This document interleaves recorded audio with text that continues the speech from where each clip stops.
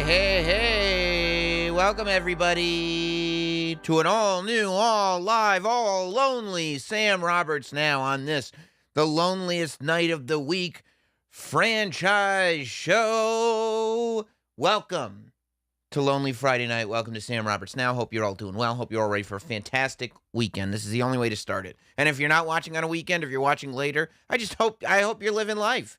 And I hope you're loving life. Somebody that I know is loving life is a young man who's going to be joining us tonight, of course, on the Samatron 10,000, the one and only Hot Dog. How are we?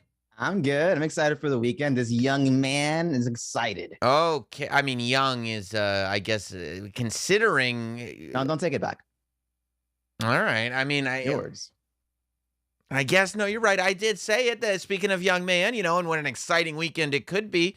Heard last night that Dave Chappelle was at the Comedy Cellar again. Stop. If you missed Wednesday's show, we found out that Hot Dog on Monday left the Comedy Cellar just in time to miss Chris Rock, and on Tuesday left the Comedy Cellar just in time to miss Chris Rock and Dave Chappelle. However, Thursday night, I got word that Chris Rock was at the Comedy Cellar. Not Chris Rock, Dave Chappelle.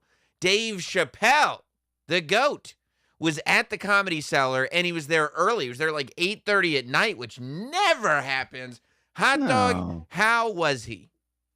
I wasn't there, Sam. Ooh. You know this. I was not there. I don't know why I was informed about it. I wasn't there the entire night, so it's not like I just missed him. Just Jim decided he wanted to text me, hey, you missed Chappelle tonight. I got a phone call from Jim, so he could let me know as well. Oh, good. Yes. He was just like, thought I'd deliver you some great news. I was like, that is good news. Okay, so the quest is still on. Hot Dog has yet to rub elbows with the icons. I signed on, and I saw my friend is hanging out with Dave Chappelle and going to the jazz club with him. Who's that? What friend? What friend of yours has a life like that? My comedian friend. Comedian? Nina is her name. You know a comedian?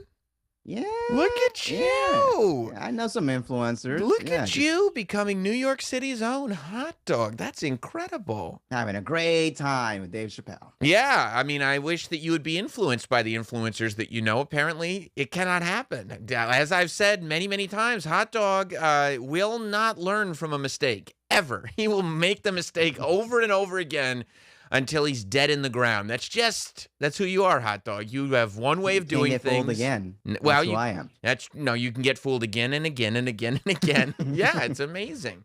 Hey, speaking of icons, did you see Pat McAfee and Vince McMahon chopping it up yesterday? I guess I saw a bunch of the bites. I still haven't watched the entire thing yet, but I saw like the good ones. Yeah, I mean, it was a movie. Literally, it's 90 minutes long. I thought Matt Reeves directed it. I was like, this is an incredible thing. No, it was incredible. Pat McAfee just delivering us a historical document. And I mean, you don't even have to be a wrestling fan, right? It's like, this is why, like, when you have somebody that's excelled at the level that Vince McMahon has excelled at, it's why the Joe Rogan podcast with Elon Musk, historical documents, especially that first one with the pot smoke, But in general, just yeah, I mean, that's just a moment that forever. That's one of those like Yeah, I think I've had one of those before. yeah, oh yeah, no, I've probably done this before. I just don't remember. That's one of those that's one of those memes.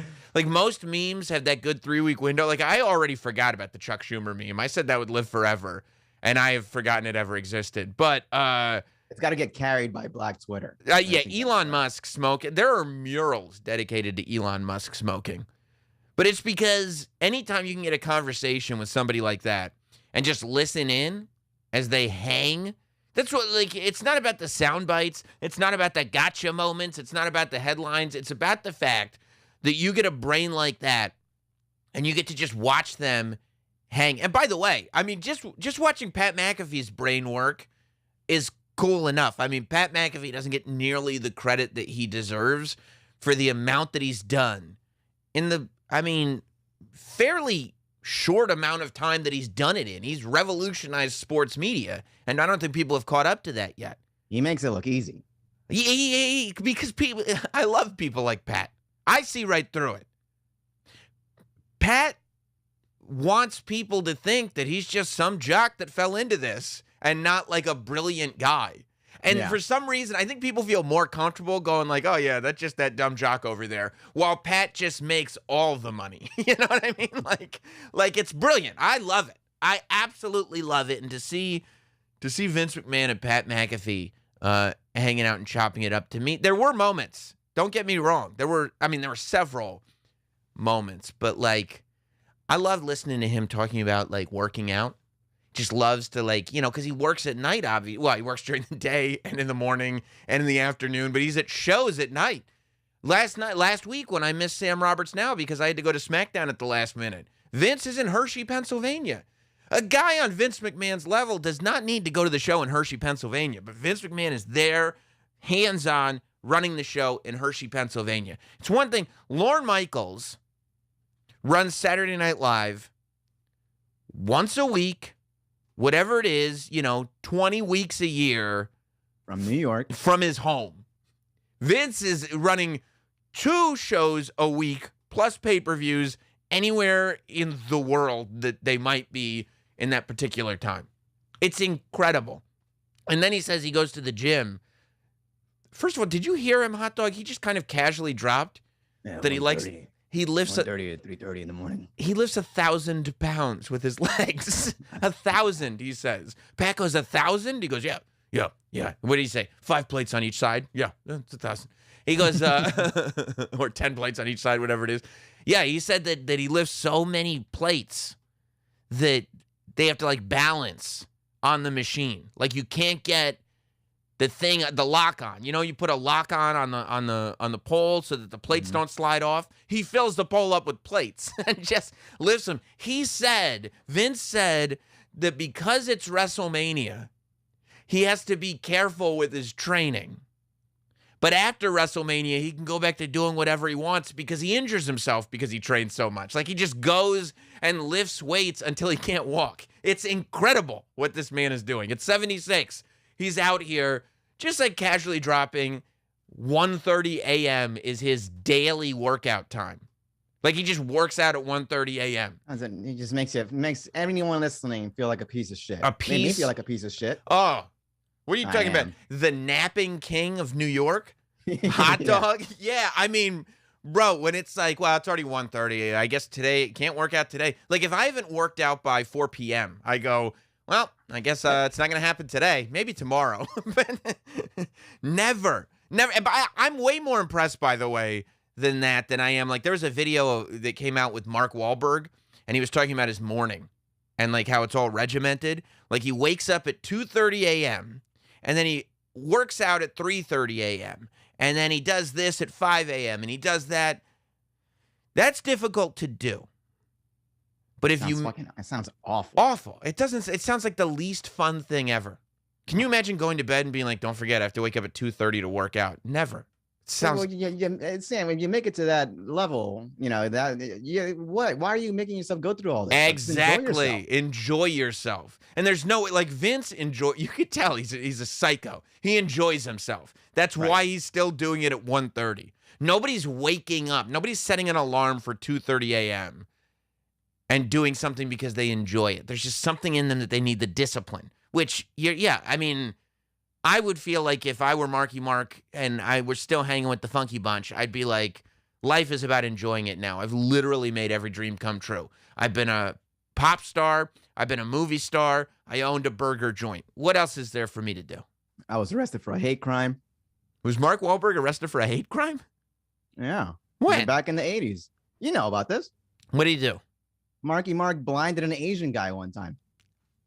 And he came back from it. I mean, he did that too. And he got that third nipple, don't forget. Man's lived a life. That's what I'm saying. That's what I'm saying. So just treat yourself at that point. Vince, on the other hand, like but what I'm saying is it's easier, I think, to wake up at 2:30 a.m. with the plan to work out at 3:30 a.m. than it is to work the entire day, do a live show, do everything. Be Vince McMahon. And then at 1:30 in the morning, instead of being like, you know what? I'm just going to go to bed. Even if I'm not going to go to sleep right now, I'm just going to lay down, chill, watch Shark Tank, and relax, right? That's awesome. To go like, nope, it's 1:30 a.m. I'm going to go work out now. That's a different level. That's a different level. That's different than waking up early. That's just it's a different thing. And you could tell he just loves it. He just loves getting at it.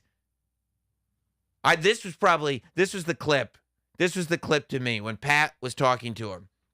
And he's like, talking about this myth, because I thought Pat did a really good job of bringing up some of the stuff that people talk about on the internet. Like, so much of what Vince McMahon does is on the internet. Like, Pat asked him about calling it sports entertainment instead of pro wrestling. And Vince goes, well, I mean, I think it sounds a hell of a lot better to be a WWE superstar than a pro wrestler.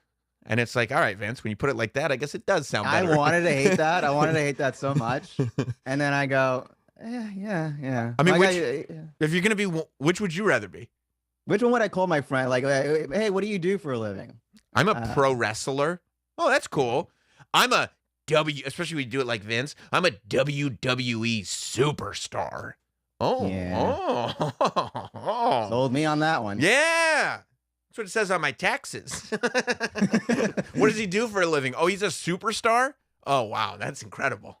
That's amazing. Can I get that in writing from his boss? Yeah, actually, you can. Yes is the answer. It's on my LinkedIn. Yeah. I was a superstar from 92. Yeah, if somebody was like, well, I spent 3 years as a superstar and then I was a pro wrestler after that, I'd be like, downgrade. Downgrade. But here's Pat. So, and he brought up stuff like that, like stuff that the internet is. And Pat said that, one of the myths about Vince, because every single moment of Vince's life is like turned into a myth on the internet. It's like he's become such an over the top character. And Pat goes, he's talking to him about the idea that Vince McMahon is at his best when he's competing, right? Because that's what people said. Like, that's what people said when AEW came out. This is going to be good for everybody. Mm-hmm. Vince was at his best during the Attitude Era because he had WCW. Vince is at his best when he's competing. And just listen to his response here. I'll play a little bit. Like, when everybody says competition makes Vince McMahon better, what do you think that means? And do you believe that, looking back on those two, like, very similar feeling situations? Well, I'm probably one of the few people in the world who enjoys confrontation. So I enjoy it. I enjoy. Hang on, let me hit pause. I mean, it's one of the things that. What are you doing here? I love that he didn't say I enjoy competition. He said I enjoy confrontation. Confrontation. You know how much? I mean, talk about fight or flight. He doesn't have fight or flight. He has enjoy. It's a third option. Like, he just sits, there's going to be confrontation. And Vince goes, really? Where? What time? Yeah. Tell me more. I'm one of the few people, and he knows that about himself. He's like, I enjoy confrontation. He wants to be confronted. Here's the problem, though, with somebody that enjoys confrontation. You're like, oh, okay. I know their psyche now. If they enjoy confrontation, I'm going to be confronted. There's a lot of people that enjoy competition. Not that many people enjoy confrontation. But the people that do enjoy confrontation, if you confront them and then they get the best of you in the confrontation, you're bitch made forever. Yeah, like that, you you got cucked out. It's very, very high risk, high reward. Exactly. Like you're like, okay, so the secret to winning Vince's love I'm getting from this interview is that you have to confront and you can't back down. Because if you back down, then you're bitch made. And Vince loves a confrontation. And if you back down from a confrontation, it means you don't love confrontation like he does. I mean, think about it. Hot Dog, what do you love? You love Final Fantasy, right? I love Final Fantasy. If I'm like, you want to play Final Fantasy, you're not going to be the first person that stops playing, right? Because you love it. Yeah, of course. If I go, I love confrontation, and then you go, oh yeah, well, I love confrontation too, and you confront me, and then I bitch you out, and you back down, I go, you don't love this. Not the way I do. You don't love this. I do this all day. I'll do this for the next 2 weeks. We will never leave this room. Yeah, you're like, you said you love Final Fantasy too, and then I questioned you, and I was like, this guy's maybe played half a game. Exactly, and it'd be worse. It would be worse than when you started. Like, at least you'd be like, you know what? We don't love the same things, but I have some degree of respect for him. Like, when people come up to me and they go like this, they go, oh, you like wrestling, right? I go, yeah. And they go, who do you think is going to win Monday Night Raw? I go, you know what? That backfired. You just lost. You lost. Like, you were in better shape when I thought you didn't like wrestling. Now I know. Now I know you want my affection. And I'm sure it's the same way Vince is. If you're like, Vince, you got to do what I say. And then Vince goes, oh, really? Why is that? Oh, I don't know. I thought it would be a good idea. Get the hell out of here. You're fired. And he got so excited at first. Oh, yeah. You see the veins coming up in his neck. He goes, here we go. Why? Here, he clear the room. Yeah, listen to him. He lights up. Talking about confrontation. Really, revs you up. It's one of the things that really puts you on your toes. It's one of the things in terms of, okay, what am I going to do here in that split second? I enjoy confrontation, physical confrontation. I enjoy that. Physical confrontation. So with a background like that, and a further background when I was a kid, it was like, hey, we don't want to hear another bad kid story or something like that. But my philosophy. We do, by the way. Well, no, I'm not going to tell you that. But what I will tell you is that I learned. By the way, that was Pat's moment. He goes, no, we do want to hear that story. And Vince's like, oh, I'm not going to tell you that. And Pat goes, okay. Vince was like, it could have been a confrontation. Dude, Vince McMahon talks about confrontation the way people talk about ice cream. I love ice cream. It makes me feel it makes me feel alive. It's just delicious. It's sweet. That's how Vince feels about confrontation. Now, there is another angle, though. I mean, it could be high risk, high reward, where if you beat him in his own game, he respects you. Or it could be like in The Sopranos when Tony's brother-in-law beat the shit out of him, and then Tony was very, very petty. Oh, Bobby? Yeah, and then he made Bobby go murder somebody. Yeah, no, you're right about that. Yeah. You're right about that. Yeah, like you have to know exactly. Like, you can't just know, okay, confrontation is the key to that man's heart. I'm going to use some confrontation. You have to know exactly. Fine line. Exactly where to draw the line. You're right. Because if you humiliate him, then he's just going to be pissed. Nobody wants to be humiliated. So you won't get fired. Right. But you make sure you pay for it. You won't get fired, but you'll be in positions where you want to quit. Yeah. Yeah, you have to figure out exactly how you're not bitch made, but neither is he. Right? You have to find exactly where that line is and stop immediately. Oh, it was the best. It was the best. And then he had great advice. I tweeted about it. I tweeted the quote. He said something that he learned from a young age. And I swear to God, Hot Dog, this is going to be with me forever. He goes, he was talking about fighting. And he goes, if I survived the beating, then I won. Now what are you going to do? And I was like, yes, that's how you look at life. Yes. When life is just kicking the shit out of you and you're like, all right, I survived that. Now what are you going to do to me? Huh? Keep it coming. I'm only going to survive. Oh, I can feel it in my veins. Everything he was saying, by the way, I was like, yeah, me too. What? No. he was like, I love confrontation. I was like, yeah, I love confrontation too. And then my wife was like, I told you I needed you home. And I was like, all right, okay, all right. Damn, were you just taking notes the entire interview? Mental notes. Yeah. Oh, that's good. Right there. That's good. Yeah, no, I like that. Yep. I'm the same way. I'm the same way. It's like, you're not, dude. Next time you see Vince backstage, you're gonna just like try to use everything you learned from him in that interview. Vince, you know I grew up in a trailer. Where? In the Carolinas. Which one? I don't remember. It's either north or south. I don't remember. I'm not 100% sure. But I love confrontation. Oh, really? I don't know. Yeah. I don't know if you do. If you do. Oh, it was so great. I love that Pat just has Vince McMahon in for a rare live interview and just the usual tank top, just chill. Of course, got to put those arms out there. You know what I mean? But that's what I mean. Show him that he's WrestleMania ready. Okay, but you see, if Pat had dressed differently for Vince, I'll bet Vince would have lost respect for him. Sure. Because in the interview, he even said, you don't see Bob Costas jumping up and dancing on top of the commentary table. That's what you do. He loves it. He loves it, Yeah, so I thought it was great. I thought it was so much fun, dude. So much fun getting in billionaire Vince's head, even for 90 minutes. I mean, what a gift. What a gift that is. Live 90 minutes. Live. And by the way, here's the real takeaway from this. Everybody on the internet that's like, oh, he's lost a step. Oh, I don't know. Oh, he's an old man. He's 76. Bro, sharp as a tack for the entire time. Like, he could have, and it felt like he could have gone on forever. Like, if you didn't watch that conversation and think that guy's sharp as a tack, I don't know what to tell you. I was that man on Rogan next. Great what that would be. Oh, can you imagine? They'd be eyeing each other up the whole time. There would be so much tension in the room. That would be like, you smoke? Yeah. Yes.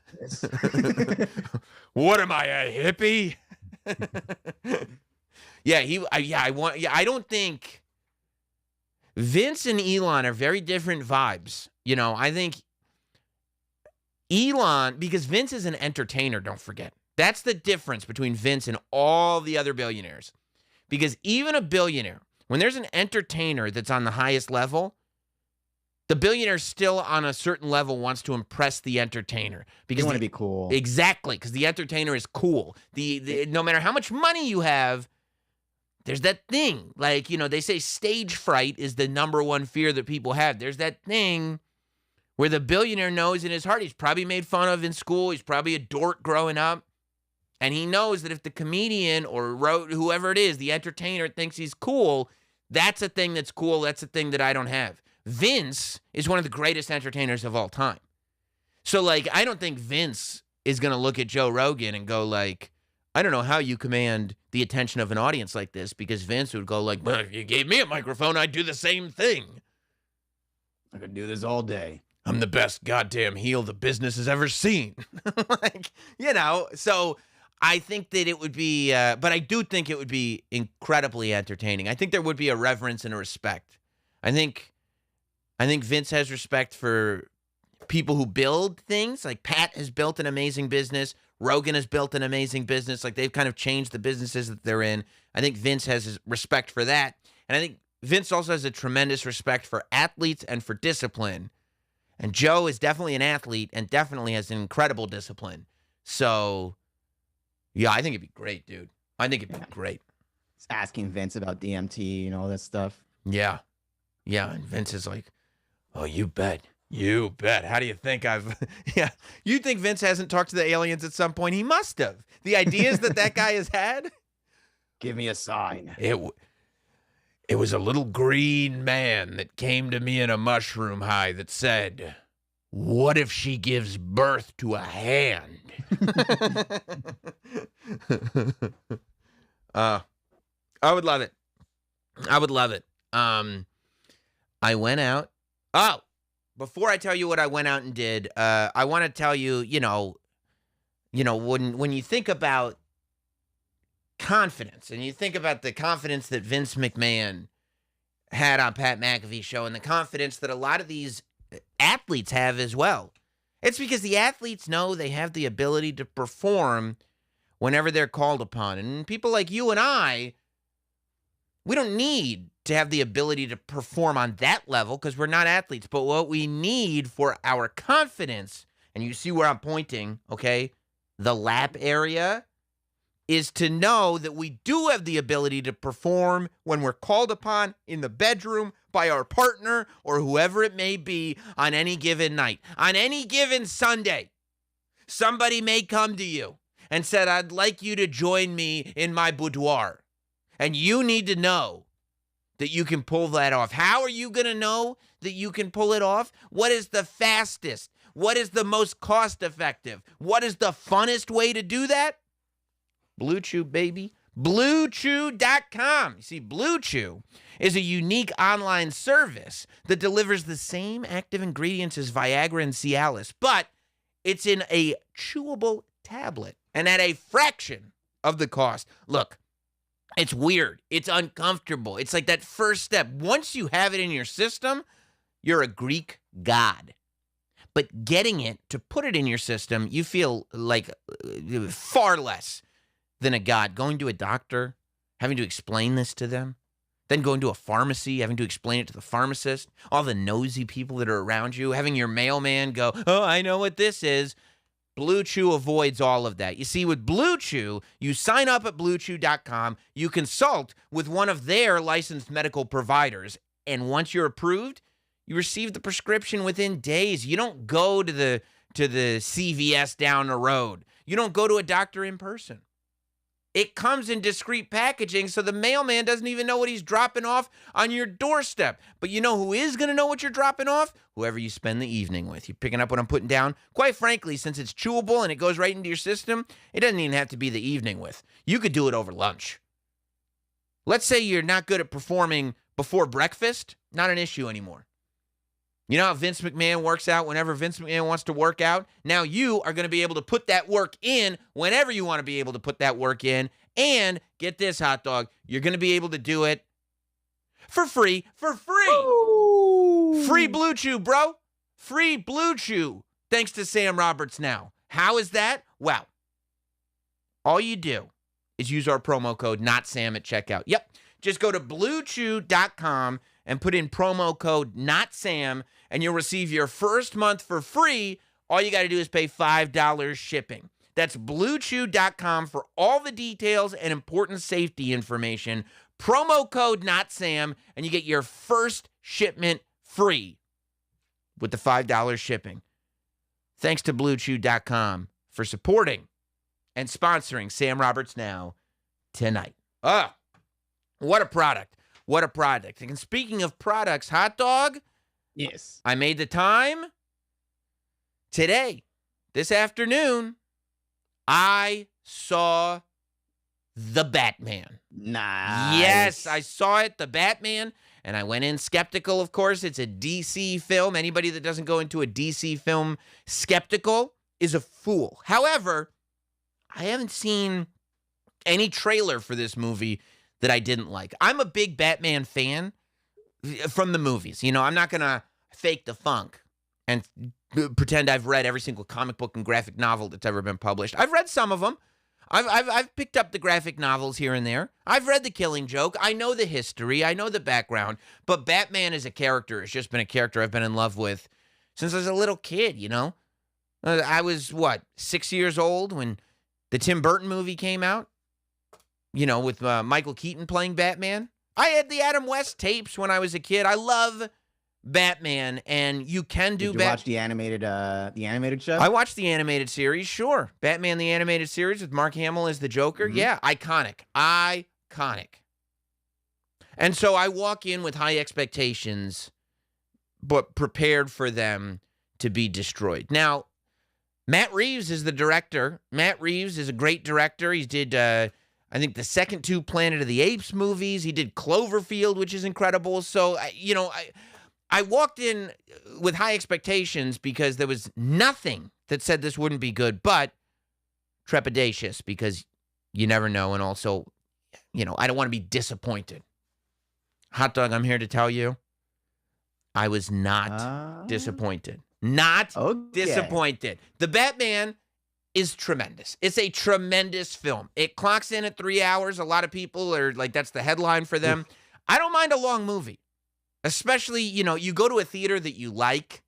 You go at a time that's smart. I went at like 11:55 in the morning so I could spread myself out a little bit, ordered some food, went to the Alamo, had some lunch with it. It was fantastic. What an experience. The best theater. Yeah, but I don't mind a long movie if you're telling a story. I prefer a story that requires 3 hours to get to 3 hours as opposed to trying to pack it into an hour and 45.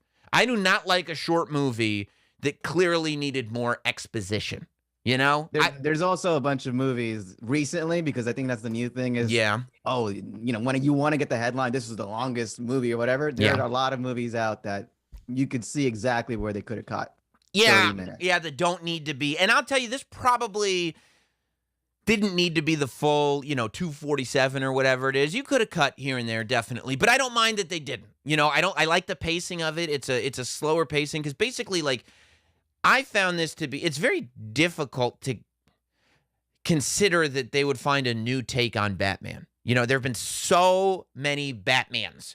Like I said, the Adam West stuff, the Tim Burton stuff that turned into the Joel Schumacher stuff, the animated series, the Ben Affleck stuff, which we kind of try to forget entirely, the Christopher Nolan universe, obviously, like so much.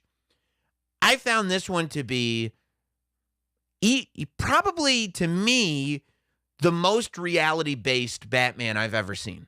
More reality-based, more real-world-based, I think, than the Christopher Nolan movies. The angle that I haven't seen yet, and you could or you couldn't tell me if it is a spoiler, I don't know. But like the angle I haven't seen yet is Batman being more of a detective, which is like kind of what he used to be. I'm glad you brought that up because I'm gonna do it without spoilers. But yeah, for sure, this movie's really cool because it takes place, basically the whole movie takes place over 1 week, where 2 years into Batman being Batman. Batman has existed for 2 years at the start of this movie. So this is not an origin thing. This is not, and we don't have, we all know the backstory. We all know how it happened. It's been covered. So we don't cover anything that we've already done. And we kind of learn what we need to know about the character throughout the film. But this is absolutely far more of a kind of detective noir film. Cool. Than any of the other Batman movies have been. And what's great about this, too, is I think where a lot of superhero movies screw up is they just make it a movie about the character, right? Like, it's just like, this is a movie about Batman, and we follow Batman around, and they tell a story arc of Batman, as opposed to doing what this movie did, which is follow Batman through a story. You know what I mean? Like, you're basically, that's what makes it feel like a detective story, that you're following one mission, one story that Batman is on. And there's a beginning, middle, end of it. And that's what we're watching. We're not seeing this arc of Batman. We're not seeing, here's the beginning of Batman and the end of Batman. This is a story about Batman. Like, nope. This is the story of when the Riddler started terrorizing Gotham. And how DC should have done that. Started doing that a long time ago because they're very good at the animated movies. I don't know if you've ever watched them, like on Netflix or whatever. They're always like isolated stories with like their superheroes. They've never been able to translate that into like the DC universe, cinematic universe. Yeah, no, this is, and that's what makes this well done, and it makes it feel like you could do more Batman movies now in this style. Because it's like, it's almost, it would feel like volumes. It would feel like volumes of a graphic novel. And this is by far as well, this movie feels more like a graphic novel interpretation than any of the other movies have felt like. I mean, maybe with the exception of like the animated series. But this feels like somebody loved the graphic novels and adapted those graphic novels to a real movie as opposed to just taking elements and turning it into a big Hollywood thing. Like, the beginning, there's this voiceover narration. And it feels like the film version of the beginning of a graphic novel where you see the boxes with the writing where it's just like the inner monologue of the hero. You know what I mean? I've been walking Gotham for 2 years. Ba ba ba ba ba ba ba. And it's like that hasn't really been done before because it's not a film thing. It's more of a graphic novel thing. But I loved that they did that. Robert Pattinson, controversial choice for Batman. A lot of people when it was announced were like, fuck that noise. I don't want Twilight in my Batman. You know what I mean? They're like, Twilight. How many times people were going to say that before they realize that it doesn't matter what they played before? Like, it's happened so many times now with casting. Of course. It's the how the character is interpreted. Now, I have seen that there are some there. This is a very emo Batman. But to me, this is difficult to do, right? Is to not only find a new way to tell the Batman story, but this is the first time that Bruce Wayne has been shown the way Bruce Wayne is in this movie. He's not a playboy. He's not a philanthropist. He's not a socialite.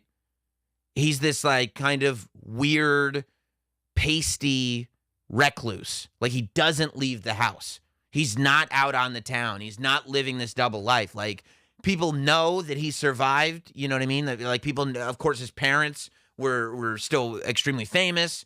The Wayne fortune is something that defines Gotham, and everybody knows who Bruce Wayne is.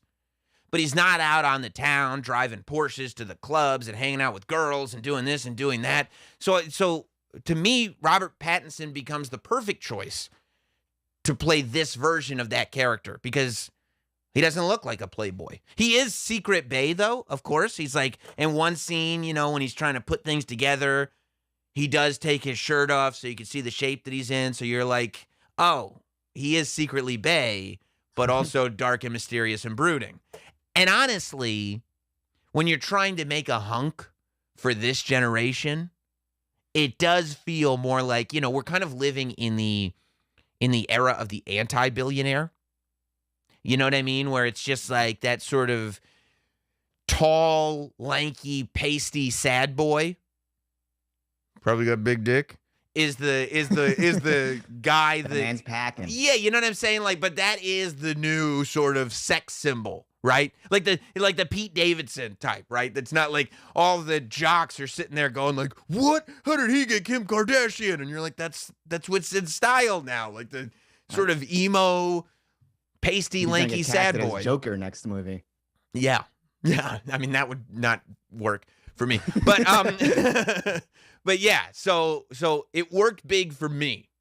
And I thought that it felt more like, number one, a Bruce Wayne that would be a shut-in, and number two, a Bruce Wayne that would appeal to people now as opposed to, 20 years ago. And obviously he's a great actor. Like he's good at it. The voice is good. It's not too crazy. Like it doesn't. He doesn't go. Yeah, he doesn't go full Christian Bale. But it's able to work. Number one, because he's a younger Batman, and number two, because he's not necessarily trying to disguise a second identity as much. Because Bruce Wayne isn't out in the public as much as Bruce Wayne was previously. So people aren't quite as used to Bruce Wayne's voice. Zoe Kravitz is great in it. She plays Catwoman. Jeffrey Wright is great in it. Commissioner Gordon. But, dude, the villains in this movie are incredible. I mean, I don't have to tell you that Paul Dano is an amazing actor. I mean, I've loved Paul Dano for a long time. He was in the movie Identity starring John Cusack, a movie that's not brought up enough, but is awesome. Love that movie. But I think, most people remember Paul Dano rose to fame big in There Will Be Blood. He played the twins. But he's so good as the Riddler. Like so good. Scary. Acts like not like a super villain killer, but like how a killer might actually act. Like he's not super graceful. He's not, as theatrical. He's stylish. What'd you say? Stylish. Yeah, exactly. Yeah, he's not Jared Leto. You know what I mean? Like he's definitely. I'll say it. Paul Dano is the best Riddler of all time. Not the toughest thing in the world to say, but I'll say it. I'll go out on a limb and say it. And okay, and then the battle's on. Colin Farrell as the Penguin. unbelievable. Just fantastic. He completely gets lost in the character. He adds so much to it. It's dangerous. It's funny. It's believable. There's so many great moments as the Penguin. The makeup is good. It doesn't look fake. He's perfect. It's perfect. And that's a riskier thing to say because Danny DeVito is a fantastic Penguin. But Danny DeVito's Penguin is literally going like he's a cartoon. He's like an actual penguin. Whereas this version of the Penguin is not like actually a penguin. He's a gangster, that would exist in the real world. Loved him. He's fantastic. They did a good job, and something that I remember, like the Christian Bale movies got a lot of credit for, was that they figured out ways for him to get the gadgets. Like Morgan Freeman was introduced as a way to go like, okay, now there's a natural way. I won't tell you too much because, again, no spoilers, but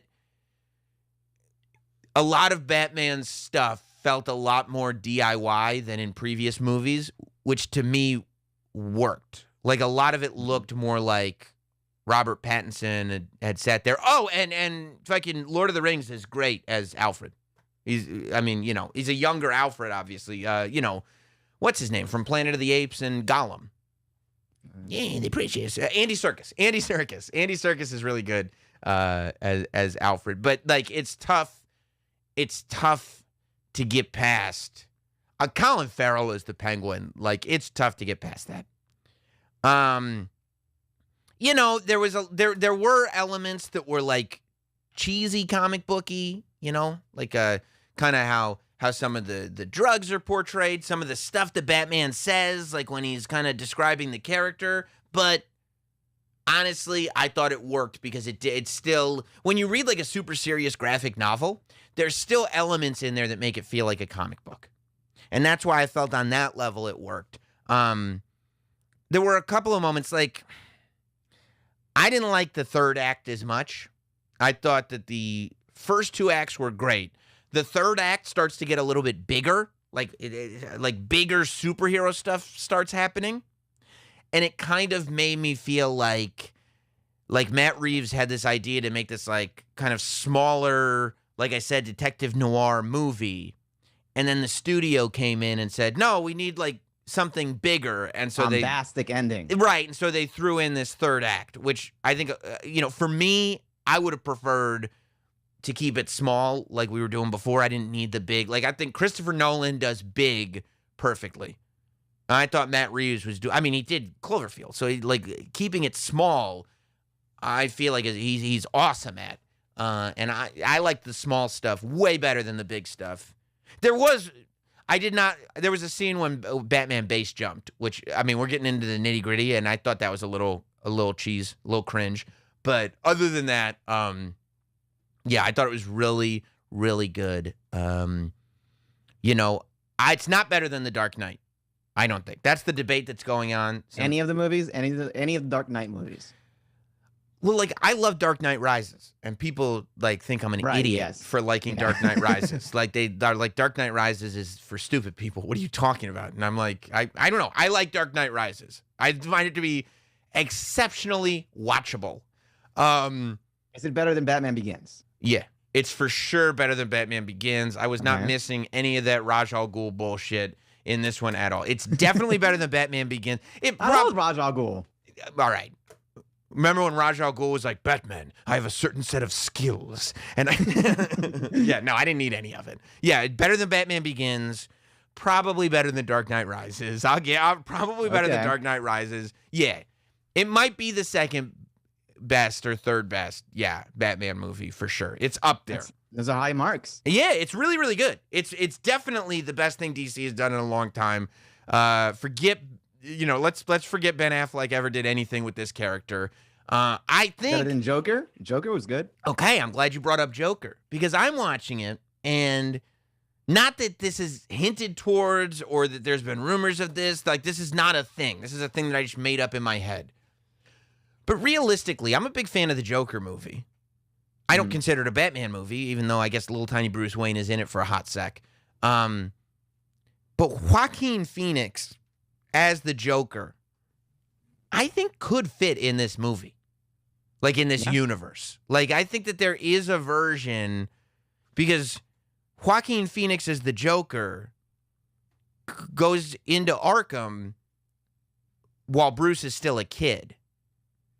So I do think that there's a version, if you wanted to bring Joaquin into this world, I think it could work. I don't think that that's probably where they'll go, but I do think that it could work. That's the style of movie it is, where it is. I mean, there's plenty of stuff that you go, well, that wouldn't happen, but it is far more based in reality than any of the other movies. There are a couple of moments that are spoiled by the trailer. Like the trailer, like you know what's coming next because you saw it in the trailer, but not to the point where it ruins anything. Like it's not any spoilers. It's just as the scene is unfolding, you go, oh, okay, I know that this is where that moment is coming.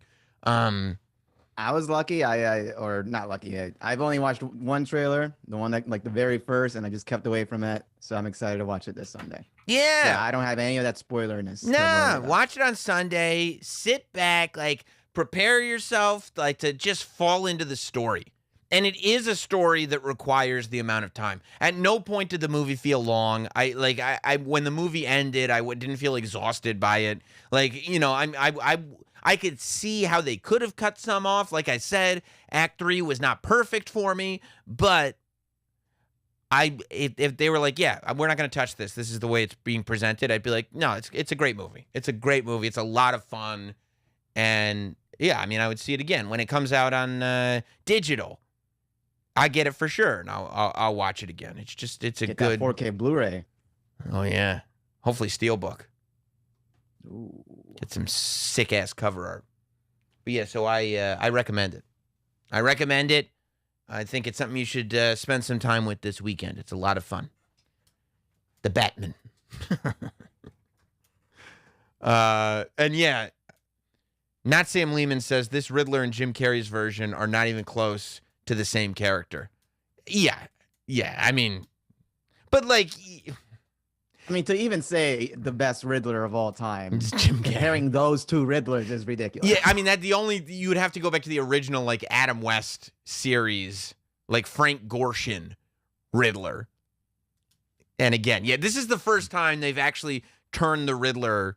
Like, the Riddler was always like a lower mid-card jobber villain. Right, yeah. You know what I mean? This is the first time, because they basically turned the Riddler into, like, the Zodiac, who was a real serial killer, who left, you know, hints and sent notes to the police and to the press and everything.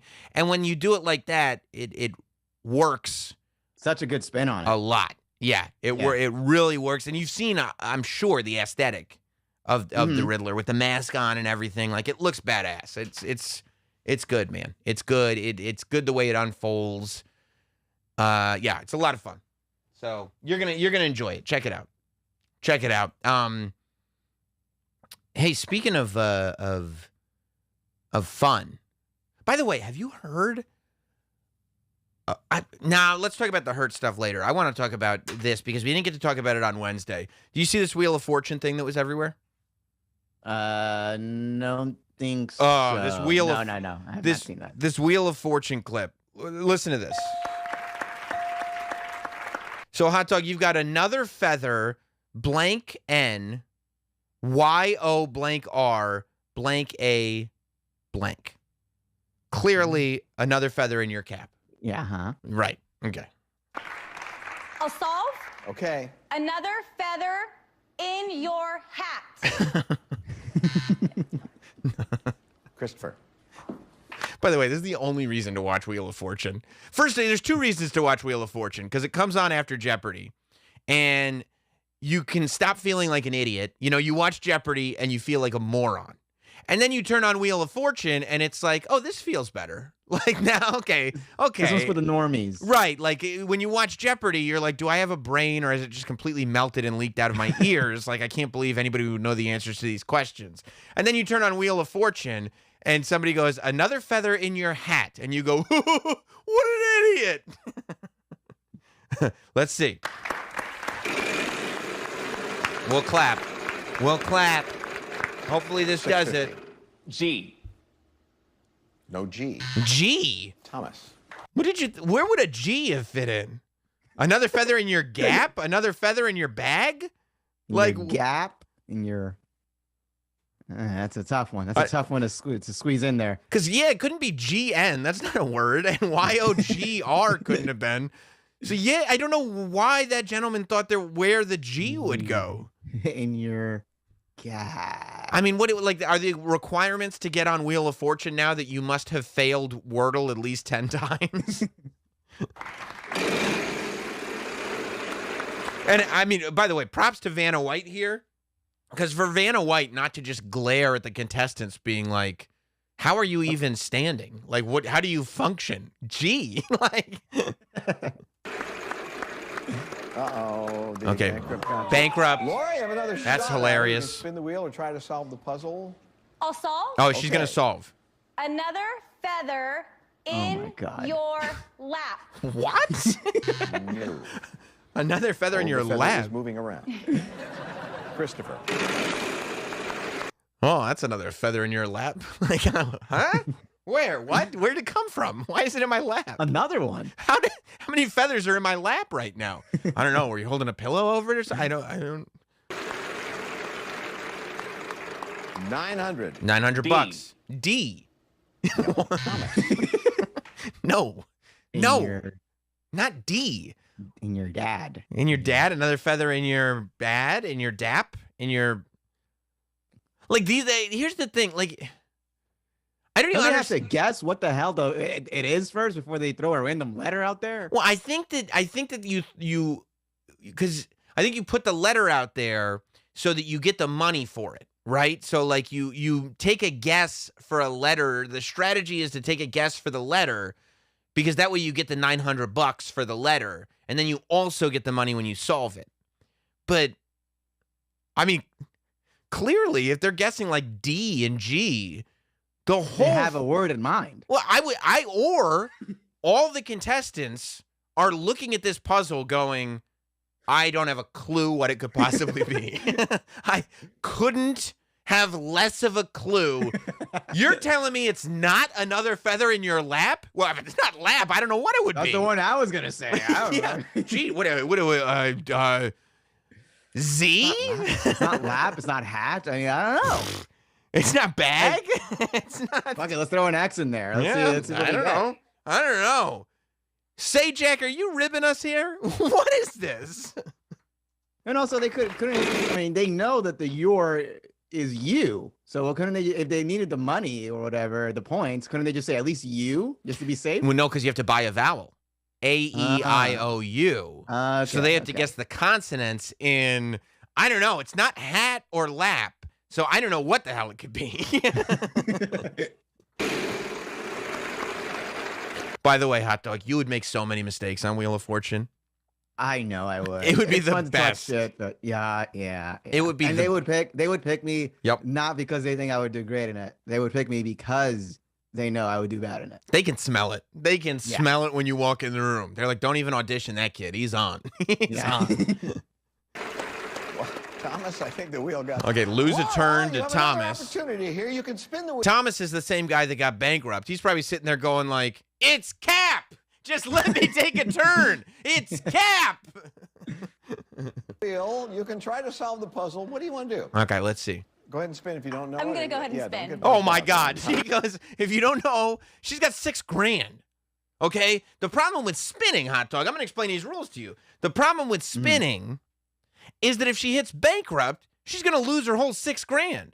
So, like, this lady has a lot to gain by just solving the damn puzzle. But Pat Sajak's like, if you don't know, you might as well spin. And she's like, all right, I'm going to spin. It's like, what? Oh my God. I mean, if one person is sweating under the lights, I can understand. It's like, okay, we all have a bad day. But if none of them can figure it out combined, like, something is happening here. You literally put 4. Well, how many contestants is it? 4? 4. 3? You put 4 people in a room, and they could not figure this thing out. They're like, bro, this has got to be a record for the hardest thing on Wheel of Fortune history.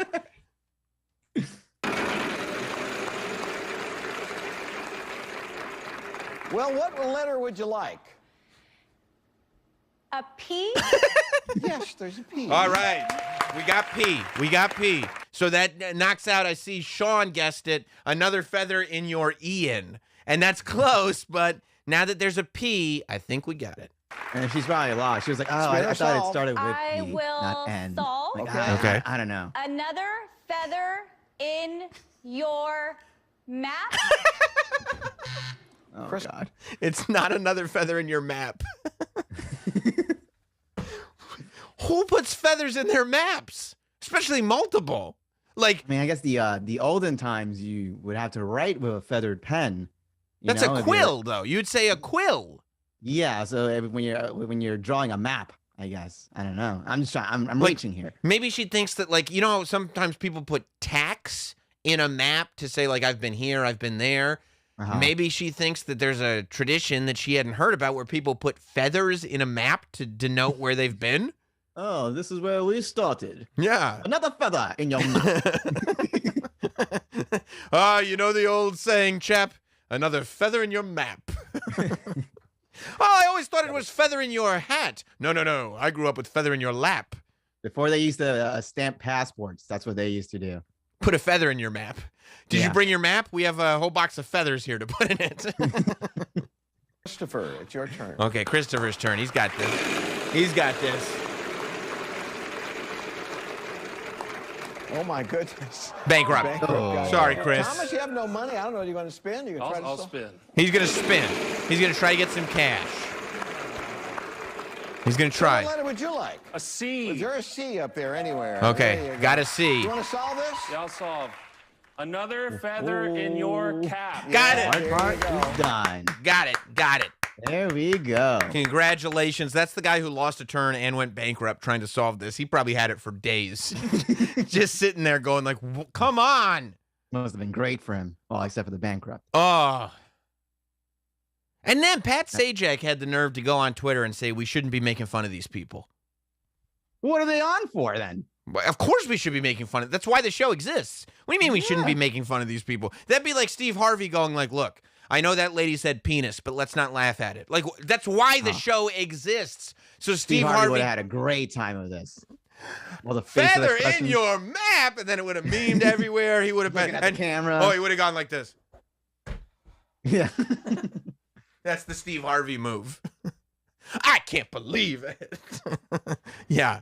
Pat Sajak put like a whole tweet thread out going like, you got to understand, it's a different level of pressure under the lights and everything and blah, blah, blah. And I'm like, yeah, but it's 4 people, and it took you guys 2.5 minutes of television time to figure that out. I don't care. How many lights do you have in that studio, okay? It better be these lights. It better be. I can't think. It better be the northern lights. Because I can't think of anything that could be distracting enough that nobody, I'm not saying everybody, I'm saying one of the 4, 25% of that crew should have been able to figure out that the word is cap, not map or hat or lap. Another feather in Dr. your Seuss over here. cat. Oh, yes, a feathered cat. Yes. Oh, yes. I mean, Close. oh. That's I great. mean, it was a great week for humiliating people on television. Did you see what Joy Behar did to herself the other day? I know what she said about Ukraine. Did she another thing? Ooh, glad you're here, hot dog. Yeah. It got worse for Joy. This was after the Ukraine thing. The View is getting ready to start their Hot Topic segment. The show is starting. It's live. And it's panning the crowd. And all the ladies of The View are getting ready to sit down. Woo! Oh, yeah. Oh, there goes Joy. Joy took a tumble. Oh, no. Joy fell off her chair. Oh. Now, don't you tell me, I know Joy's okay, she didn't break her hip or anything. Don't you tell me that we can't laugh at Joy Behar falling off her chair. That's not going to fly in the Not Sam studio. Don't you ever. You got to ask if they broke a hip. If they're good. She's fine. She's Okay, just extremely embarrassed. Yeah, Especially okay, because, fine. like, she fell. Like, you look at her and she like, legs. Her feet were on the air. Yeah, that's the problem. Her feet are up in the air. Look at her go. She's like rolling across the floor. I mean, it is one of the all-time falls. That had to hit her as quite a shock. Like, that's like one of those where you are fully prepared for your body to stop moving. But then there's no chair there, and your body does not stop moving. I mean, can you imagine doing a show for 25 years and one morning you just end up rolling halfway across the set? And it's only 2 days after you said that the Ukraine war was bad because you can't go to Italy anymore. It's not a great week for Joy. No. She's probably so happy the weekend's here. Oh, just ice in her butt cheek rough one. after falling across the floor. Look at her. Look at her. She's, With the camera sweeping by. Oh yeah, they went to the jib shot. Like go to the crane. She's rolling. Joy is rolling. I repeat, the host is rolling. She is rolling. Just stand. Which, by the way, that's not medical procedure. Whoopi's like, just stand. Like, if Joy Behar's hip is broke, which, let's be honest, it's possible, and her co-host just stood her right up, she would shatter that son of a bitch. No, yeah. You gotta maybe just let them sit there for a second. If I'm sitting there, if I'm on the set of The View and Joy Behar falls off her chair and rolls across the set, I'm saying, nobody touch her. Nobody touch her. We're already getting sued because of that stupid chair. Do not touch the lady that just rolled across the set. These chairs are dangerous. I love that. These chairs, blame the chairs. These chairs move. These chairs move. Whoopi's over there going like, oh, yeah, these chairs are so dangerous. That's weird, because I saw 3 people sit down fine. And let me tell you something. If it was a regular occurrence that View hosts were falling off their chairs and rolling across the set, I would have been made aware of it. I would not have missed that, okay? It is every day they just go in and, man, these chairs are super dangerous. Bro. Someone should put some arm stuff on it. I would watch The View every day if I found out that there was that high of a risk of somebody falling off a chair. I would never stop watching that show. Oh, those chairs, they move when you touch them. It's the same chairs we've been using for years. Joy Behar's been around since Barbara Walters was there. I mean, you know. Get some new chairs by Monday, I tell you that. Oh, yeah, they're going to be bolted to the ground. This chair isn't going anywhere. Matter of fact, Joy is going to start the show sitting, and the audience is brought in while Joy is sitting in the chair. Yeah, no big intro anymore. Nope. Risk reward. That's the end of that. Oh, love it. It was a great week of television is what I'm saying. Great week of television. If you've been enjoying tonight's show and you'd like to contribute, by the way, you know how we do here on Sam Roberts Now. Super chat in. The only way to get your guarantee that your contribution to the show via chat will be acknowledged is to super chat it in. So go ahead, send in those super chats. If you're watching the show on delay, leave a comment below. Don't forget to hit like. Whether you're watching live or you're watching later, hit the like button, subscribe to the channel, and turn your alerts on. Yesterday, new episode of Prima Volta went up, and videos. I'm plugging the computer back in. I didn't realize it was unplugged. Yesterday, Prima Volta went up, and on a regular basis now, there are clips from Sam Roberts Now being added to the Not Sam YouTube channel that are topic specific. So go ahead and check those out too. Not Sam Lehman writes, are we talking about Easy or what? I do not understand that reference. I'm the opposite of Captain America there. I don't know what the hell you're talking about, Lehman, but... Oh, the Kanye West music video. With, Pete Davidson. That is a creepy-ass video. Yeah.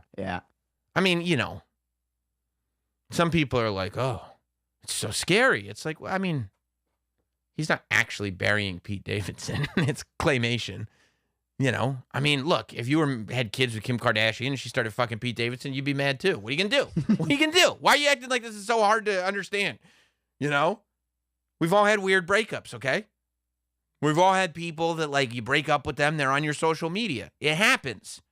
Do you think he would have taken it better if it wasn't Pete Davidson? Like, if it was someone, like, more...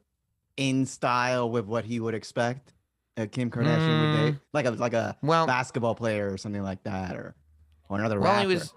He was pissed at Kid Cudi for even being friends with Pete, so he wouldn't have been happy with Kid Cudi. He bought Ray J's laptop, so he couldn't have been happy with Ray J because he paid for the laptop so that the sex tape would disappear, because that's how that works.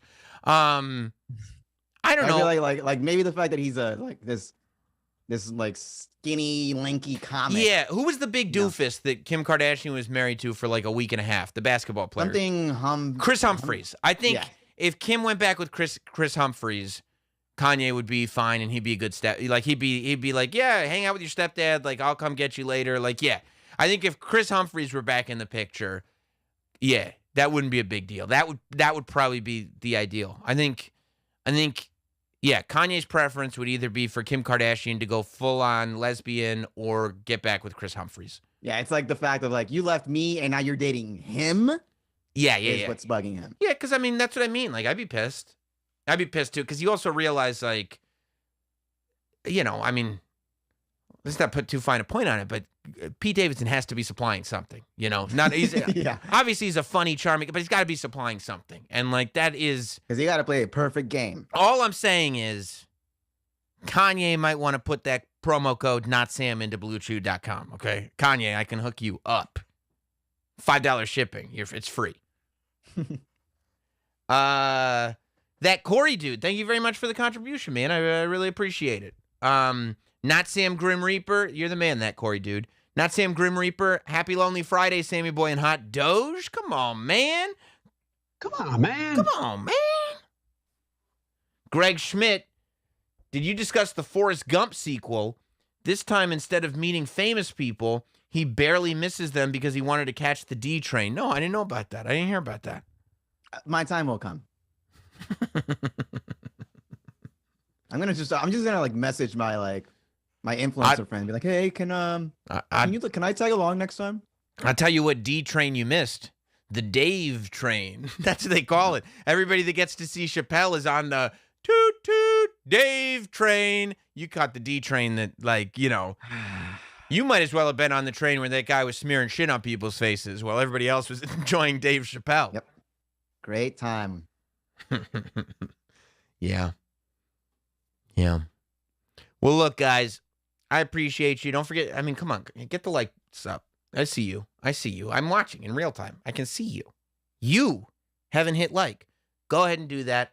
We appreciate you. Stay subscribed to the YouTube channel. Stay clicking. Okay? That should be our motto here on the show. Stay clicking. I like it. Sam Roberts now. Stay clicking. Hey, don't forget, I'm going to cheers with you later. Have a good night, everybody.